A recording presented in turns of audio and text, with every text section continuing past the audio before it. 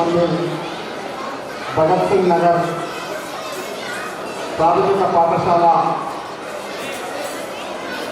11వ వార్షికోత్సవానికి ముఖ్య అతిథులుగా విచ్చేసినటువంటి వేదిక ముందున్నటువంటి ప్రముఖులందరికీ, కార్యక్రమానికి విచ్చేసినటువంటి పోషకులు, మాతృమూర్తులు, చిన్నారులందరికీ ఈరోజు మన పాఠశాల యొక్క 11వ వార్షికోత్సవాన్ని మనం ఎంతో ఆనందోత్సాహాల మధ్య, చిన్నారుల యొక్క ప్రతిభా ప్రదర్శన మధ్య ఎంతో ఉత్సాహంగా మనం జరుపుకుంటున్నాం. చాలా ఆనందకరమైనటువంటి విషయము, ప్రారంభంలో అధ్యక్షులు వారు చెప్పినట్టు బయట కార్పొరేట్ పాఠశాలలకు ఏ విధంగానూ తీసుకోని విధంగా ఈరోజు సరస్వతి శిశు మందిరాల్లో కూడా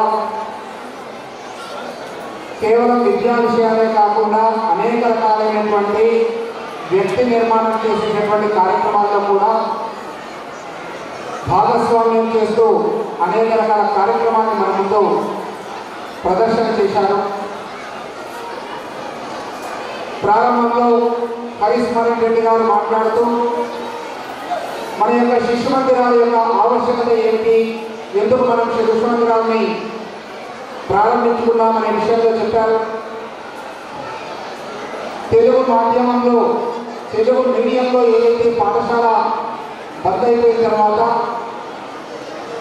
ఆంగ్ల మాధ్యమంలోకి మనం ప్రవేశించి 11 సంవత్సరాల విజయవంతంగా పూర్తి చేసుకుంటున్నాం. విద్యార్థుల సంఖ్య కూడా గణనీయంగా పెంచుకుంటూ ఇంకా రాబోయే రోజుల్లో కూడా ఇంకా బ్రహ్మాండంగా ఈ పాఠశాల నడపడానికి ప్రయత్నం చేస్తున్నాం.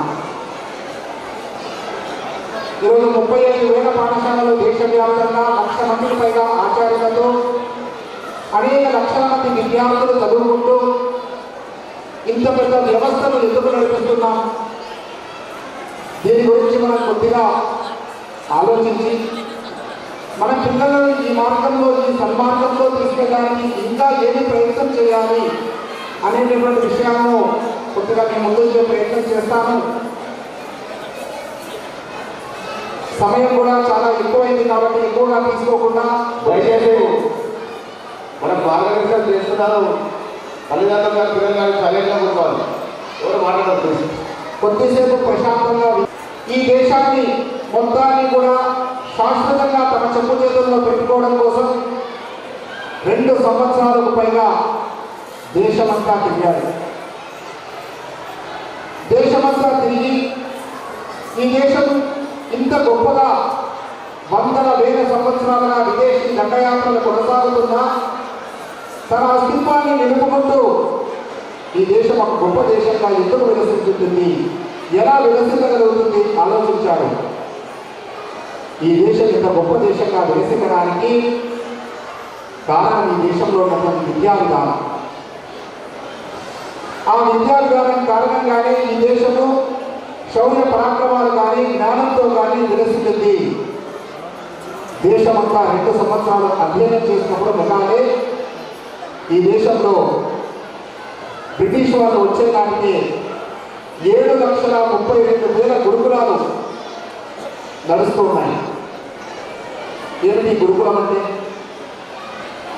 గురుకులం అంటే అదొక విశ్వవిద్యాలయం లాంటిది. కొన్ని తరాలు గడిచిన తర్వాత ఇక్కడ ఉన్నటువంటి ప్రజలను చూడడానికి భారతీయులుగా కనిపిస్తారు, కానీ వాళ్ళ మెదళ్ళన్నీ కూడా బానిస మనస్తత్వంతో కూడుకొని ఉంటాయి. వాళ్ళు మరిచిపోతారని చెప్పి రాయడం జరిగింది. ఈరోజు కూడా బెడ్రూమ్ పార్లమెంట్లో ఉంది. ఈరోజు కనుక మనం చూస్తే గురుకుల విద్యా వ్యవస్థను సమూలంగా అంతం చేసిన తర్వాత ఆంగ్ల విద్యా విధానం సక్సెస్ అయిన తర్వాత ఈ దేశ ప్రజలలో ఎలాంటి భావన ఉంది? తనను తాను మర్చిపోయాడు, తన దేశాన్ని మర్చిపోయాడు, తన ధర్మాన్ని మర్చిపోయాడు, తన సంస్కృతిని మర్చిపోయాడు, తన జీవన విధానాన్ని మర్చిపోయాడు. బానిస ఆంగ్ల విద్యా విధానంలో ఉన్నాడు. కాబట్టి ఈరోజు మన వేదాలు, ఉపనిషత్తులు, పురాణాలు ఇవన్నీ సైన్స్ అని చెప్పినా కూడా నమ్మేటటువంటి స్థితిలో లేదు సమాజం.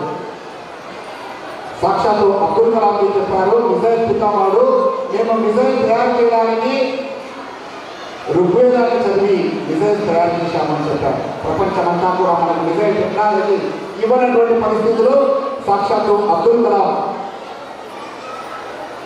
మిజైల్ టెక్నాలజీ కోసం ఋగ్వేదాన్ని చదివి వారు స్వయంగా చెప్పినటువంటి మాట. కానీ ఈరోజు టీవీలో అడ్వర్టైజ్మెంట్ చూస్తున్నాం, నీ టూత్పేస్ట్లో ఉప్పు ఉందా,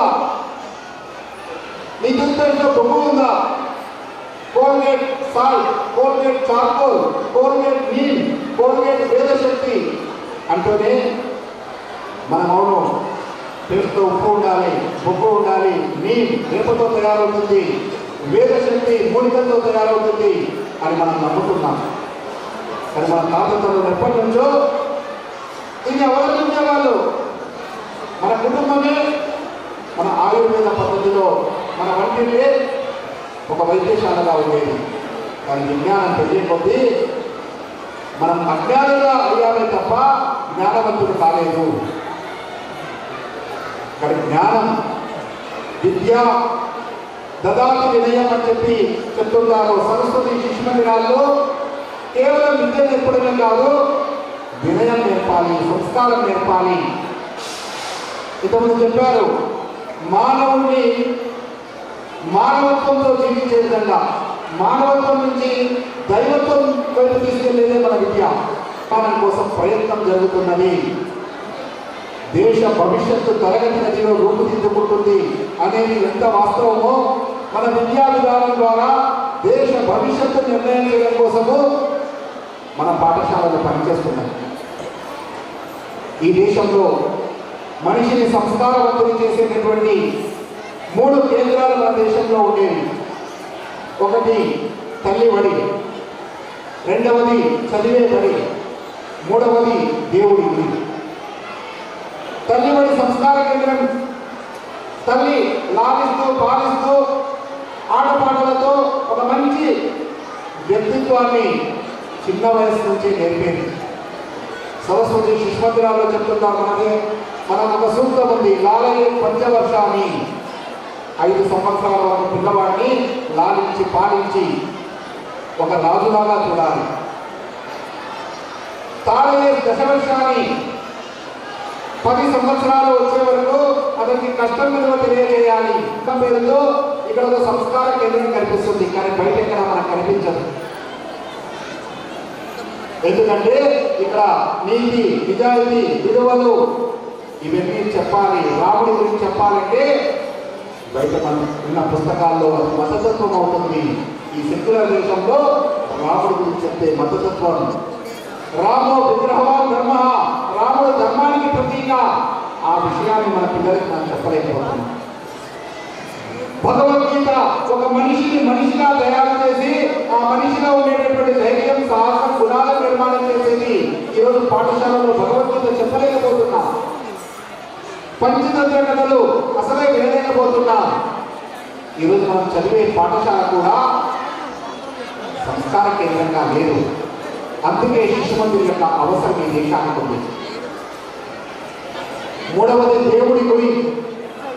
దేవుడి గుడి మనకు ఎలా ఉంది? సంకటకాలే వెంకటరమణ, కష్టాలు ఉన్నప్పుడే మనిషికి భగవంతుడు గుర్తొస్తాడు.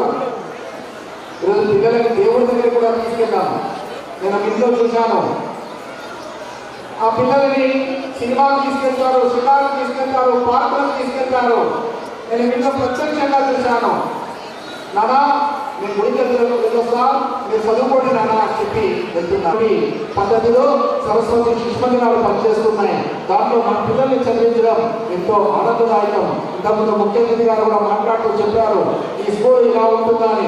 ప్రత్యక్షంగా చూస్తే అర్థమవుతుంది దీంట్లో నేర్పించేది ఏమిటి అనేటటువంటి.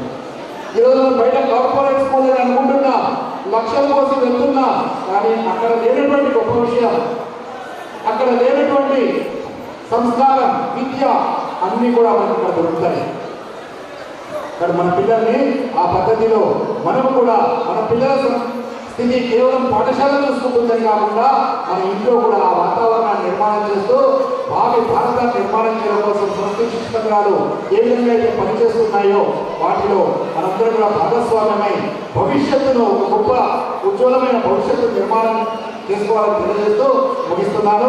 జై హింద్.